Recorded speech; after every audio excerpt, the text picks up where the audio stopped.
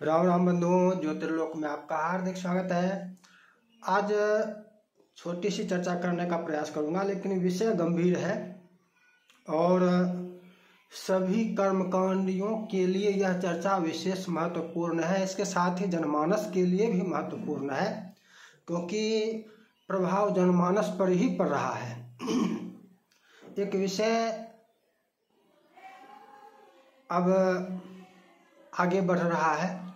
पहले तो जिसको संघ कहते हैं, उसके द्वारा ऐसा प्रचार प्रसार किया गया कि विवाह दिन में होना चाहिए, रात में नहीं होनी चाहिए, रात में निषिद्ध है। मुगल काल से जोड़कर तर्क कुतर्क करते हुए इस विषय का प्रचार प्रसार चर्चा होती रही, लेकिन इसका प्रभाव कहीं कुछ नहीं हुआ। तो अब इसमें कथा वक्ताओं को जोड़ा जाने लगा है। इससे दो बातें निकलती हैं। या तो वो कथा वक्ता जो प्रभावित हो गए, शास्त्रोक्त चर्चा न करके भ्रामक चर्चा करने लगे, उनकी अपनी गलती, उनका अपना अज्ञान, अथवा वो आरएसएस द्वारा ही स्थापित किए गए कथा वक्ता हैं।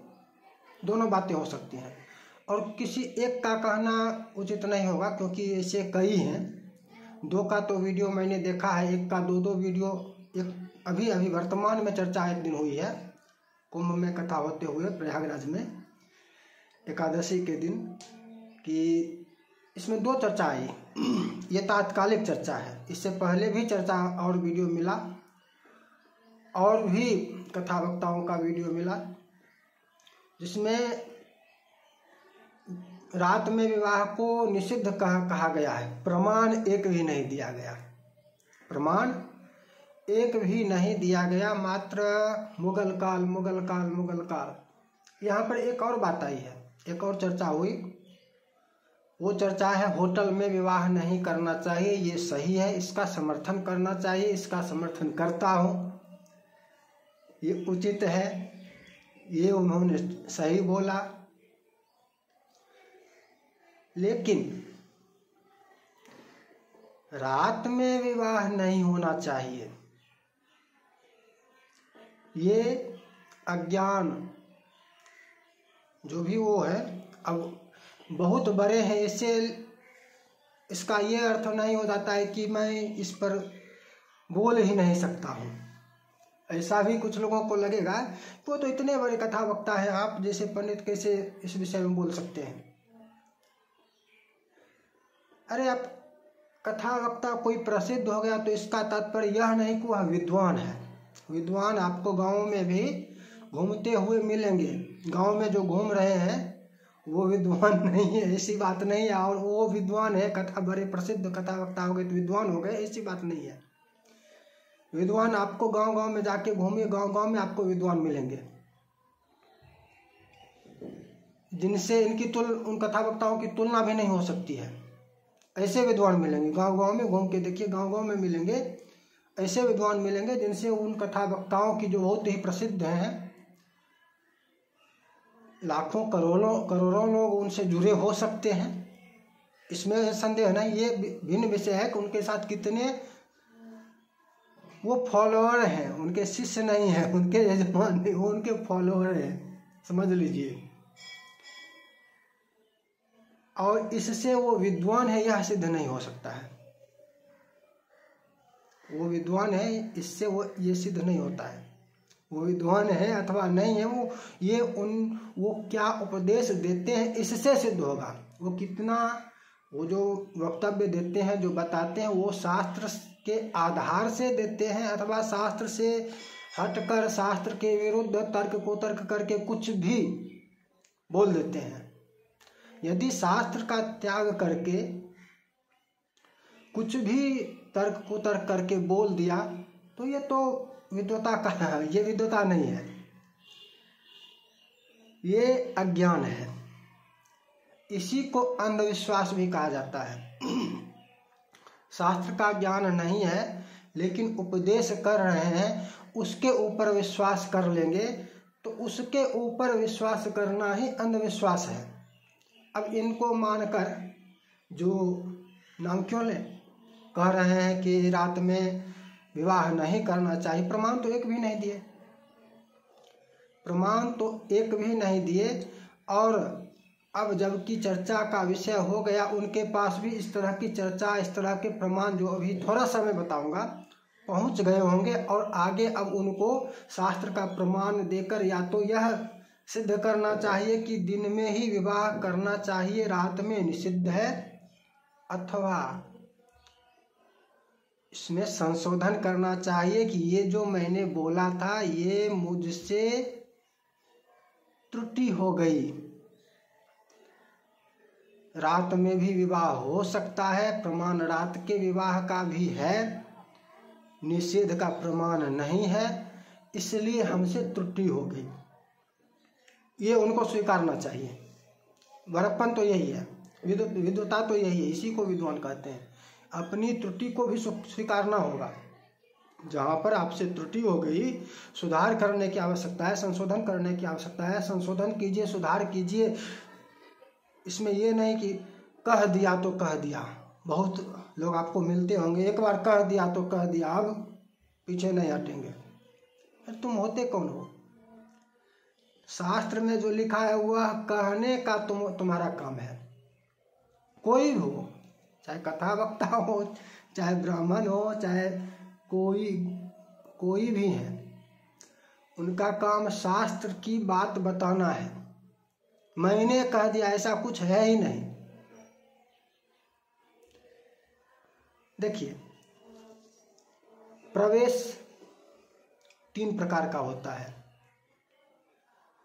वधू प्रवेश, गृह प्रवेश और निरपक प्रवेश। तो वर्तमान समय में निरपक प्रवेश की चर्चा समाप्त है। 2 प्रवेश होते हैं, वधू प्रवेश और गृह प्रवेश। गृह प्रवेश को भी जोड़ा गया है, इसलिए कह रहा हूं। निरपक प्रवेश के लिए दिन प्रशस्त था, रात का निषेध। वधू प्रवेश के लिए रात प्रशस्त है, दिन निषिद्ध है, दिन का निषेध है। वधू प्रवेश किसी का विवाह जब होता है तो पहली बार, विवाह के बाद वधू जब पहली बार अपने ससुराल जाती है तो उसको वधू प्रवेश कहा जाता है। और वधू प्रवेश रात में ही होना चाहिए, दिन ही उसके लिए निषिद्ध है वधू प्रवेश। और गृह प्रवेश दिन और रात दोनों। वधू प्रवेश, गृह प्रवेश दिन भी प्रशस्त, रात भी प्रशस्त, दोनों में प्रशस्त है, कोई भी निषिद्ध नहीं है। जब उचित नक्षत्र तिथ्यादि मिले, सबका योग हो, उस समय गृह प्रवेश दोनों प्रशस्त है। आपको पंचांगों में भी देखने को मिलता होगा, गृह प्रवेश दिवारात्रौ, विवाह दिवारात्रौ, गृह प्रवेश को भी जोड़ा गया है, जोड़ा जाता है इसमें, इसलिए गृह प्रवेश की भी चर्चा कर रहा हूँ। पंचांगों में क्यों दिवारात्रौ दिया जाता है? अप्रामाणिक है पंचांग बिना प्रमाण के देते हैं दिवारात्रौ। अभी इस प्रकार से तर्क से जनमानस को इसी प्रकार से समझ में आएगा, इसलिए इस प्रकार की चर्चा कर रहा हूँ कि पंचांगों में जो दिवारात्रो विवाह और दिवारात्रो गृह प्रवेश दिया जाता है, क्या यह अप्रामाणिक है, बिना शास्त्र प्रमाण के दिया जाता है? पंचांगों का त्याग कर देना चाहिए? नहीं भाई, ये प्रमाण के आधार पर दिया जाता है दिवारात्रो, ऐसे ही नहीं दिया जाता है। तो ये तो इस प्रकार से हो गया गृह प्रवेश दिन और रात, कर्म के आधार पर सबका होता है। अब जैसे श्राद्ध को लेते हैं, श्राद्ध के लिए पूर्वाह्न का निषेध है, श्राद्ध के लिए पूर्वाह्न और रात्रि दोनों का निषेध है। श्राद्ध में रात का भी निषेध है, रात में भी श्राद्ध नहीं, रात हो जाए तो अगले दिन चले जाओ, लेकिन रात में नहीं। अथवा और भी अनेकों इसमें विषय है कि भाई प्रदोष काल भी दिन के बराबर ही है, और दिन में जो कर्म आरंभ हो गया वो प्रदोष काल में किया जा सकता है, इसलिए रात का तात्पर्य उस प्रदोष काल के पश्चात समझो, रात का तात्पर्य सूर्यास्त हो जाने से मत लो। इस प्रकार से भी चर्चाएं हैं। तो श्राद्ध में मध्याह्न अपराह्न वो श्राद्ध भेद से भी है, ये नहीं कि सभी श्राद्ध मध्याह्न में ही होगा और या सभी श्राद्ध अपराह्न में ही होंगे। श्राद्ध भेद से भी तो होता है। और पूर्वाह्न वाला भी श्राद्ध है। नांदी श्राद्ध जो है, नांदी श्राद्ध पूर्वाह्न में ही होता है। नांदी श्राद्ध के लिए पूर्वाह्न ही प्रशस्त है और नांदी श्राद्ध के लिए रात्रि भी प्रशस्त है। उसकी विशेष स्थिति है, जातक से संबंध हो जाने पर बच्चे का रात में जन्म हो गया और जातक संस्कार करना है, जातक संस्कार में भी नांदी श्राद्ध है। नांदी श्राद्ध उस समय होगा कि नहीं होगा, यदि पूर्वाह्न में ही होना चाहिए तो रात में कैसे होगा, तो रात्रि में भी जातक से संबंध हो जाने पर रात में भी नांदी श्राद्ध होगा। अब श्राद्ध रात में नहीं हो सकता है, नांदी श्राद्ध कैसे होगा रात में, बताओ किस आधार से होगा, कैसे होगा? प्रमाण से। प्रमाण है इसलिए होगा और प्रमाण है इसलिए नहीं होगा। रात्रि में निषेध का प्रमाण है तो रात्रि में श्राद्ध नहीं होगा। और जातक के लिए रात में भी नांदी श्राद्ध का प्रमाण है, इसलिए रात में भी श्राद्ध होगा। किस आधार से होगा? कोई आधार तो होना चाहिए। मुगल मुगल मुगल मुगल मुगल मुगल प्रमाण से होगा, प्रमाण से काम चलेगा। इससे कुछ भी कह देंगे, मुंह में आया निकल गया। इसको एक बड़े विद्वान ने मुख बवासीर कहा है, नाम तो नहीं लूंगा, नाम लेना उचित नहीं है। इस प्रकार के अनर्गल प्रलाप करने को मुख बवासीर कहा बताए हैं। तो ये एक अहंकार का भी सूचक है कि मन में अहंकार आ गया अथवा उस संगठन से प्रभावित होने का भी सूचक है। और शास्त्र ज्ञान नहीं है इसका तो सूचक है ही। शास्त्र का ज्ञान होता तो उस संगठन से प्रभावित होकर कुछ भी बोल देंगे, शास्त्र विरुद्ध बोल देंगे कथा वक्ता होकर। अरे वो कर रहा है, संगठन वाला कर रहा है, उसको शास्त्र से लेना देना नहीं है। आप तो कथा वाचते हैं, कथा वाचक हैं, आपको तो शास्त्र लेकर चलना होगा। या आप भी उसी के तरह जो मनाया अनर्गल प्रलाप करते रहेंगे? प्रमाण देखना है। विवाह से संबंधित प्रमाण मुख्य रूप से गृह्य सूत्रों में मिलेगा। विवाहादि जितने भी कृत्य हैं कि मात्र विवाह नहीं, विवाहादि कृत्यों के लिए मुख्य रूप से सभी संस्कारों को कम से कम इसमें जोड़ दें तो ये आपको इसके प्रमाण आपको गृह्य सूत्रों में मिलेंगे। ये गृह्य सूत्रों में इसका विधान बताया गया है, इसकी विधि बताई गई है। और एक गृह्य सूत्र नहीं है, शाखा के अनुसार अपनी अपनी शाखा के अनुसार गृह्य सूत्र का ग्रहण किया जाता है। एक दो बता देता हूँ, जैसे ध्रुव मरुन्धतीं च दर्शयति, ध्रुव मरुन्धतीं च दर्शयति आपस्तंभ, आपस्तंभ गृह्य सूत्र। ध्रुव मरुन्धतीं सप्त ऋषि नीति दृष्ट्वा आस्वालयन अस्तमिते ध्रुवम दर्शयति पारस्कर। अधिक कितना कहें, प्रमाणों के अंबार हैं। ये ध्रुव को दिखाया जाए। दिन में ध्रुव दिखता है क्या? ध्रुव दिन में दिखेगा या रात में दिखेगा? बताइए। ध्रुव दिन में दिखता है क्या? ध्रुव रात में दिखता है। ध्रुव दिखाओ, क्या तात्पर्य हुआ कि रात में विवाह हो सकता है? ध्रुव दिखाओ, ध्रुव देखो तो कब? रात में देखो। विवाह रात में हुआ कि दिन में हुआ? प्रमाणों के अंबार हैं। यदि आप बहुत सारे प्रमाण चाहते हैं, देखना चाहते हैं तो डिस्क्रिप्शन बॉक्स में जाइए, इससे संबंधित एक आलेख भी प्रकाशित किया गया है। उसमें आपको अनेकों प्रमाण मिलेंगे और उसका संग्रह करना कर्मकांडियों के लिए आवश्यक है, क्योंकि आने वाले समय में आपके पास यजमान इस प्रकार के प्रश्न उठाएंगे, चर्चा होगी, क्योंकि बड़े बड़े कथा वक्ता इस प्रकार से जनमानस को भ्रमित करने लगे हैं। बड़े बड़े कथा वक्ता जो प्रसिद्ध हो गए, अप्रसिद्ध हो गए, तो जो मन सो बोलने लगो, जो जैसे मन हो जनमानस को भ्रमित कर दो हर विषय पर। जहाँ बोलना चाहिए वहाँ तो बोलते नहीं है, कुकर्म करते रहते हैं। हर दिन स्विमिंग करके आते हैं, मेकअप करके आते हैं कथा वाचने के लिए। इसको जानते हो? इसमें स्विमिंग करने में लग गया थोड़ा सा खून निकल गया तो छतजा शौच हो गई। ज्ञात है? इतना ज्ञात नहीं है, इतनी छोटी सी बात का ज्ञान नहीं है कि हर दिन तुमको अशौच है। तुम किस आधार से कथा कह रहे हो? व्यास गद्दी पर तुम किस आधार से बैठ रहे हो? तुम तो अशौच में हो। प्रतिदिन तुम शेविंग करते हो, दाढ़ी बनाते हो, तो तुमको प्रतिदिन अशौच लगा हुआ है। तुम अशुद्ध हो, तुम व्यास गद्दी पर बैठने के योग्य नहीं हो। इतना भी ज्ञान नहीं यार, तुम जनमानस को भ्रमित करने का प्रयास करते हो। चर्चा में थोड़ा आवेश भी आ गया। प्रकरण ही ऐसा है, ये प्रकरण ही ऐसा है कि देखिए, मैंने कहा ना कि वो प्रसिद्ध हो गया इसलिए वो विद्वान है, यह नहीं सिद्ध नहीं हो सकता है। वह कितना बड़ा मूर्ख है, ये छोटी सी बात से मैंने आपको बता दिया। क्षौर कर्म नखवाल जिस दिन करेंगे, अशौच का एक प्रकार यह भी है, इसको छतजा शौच या श्रावा शौच भिन्न भिन्न नामों से भी जाना जाता है।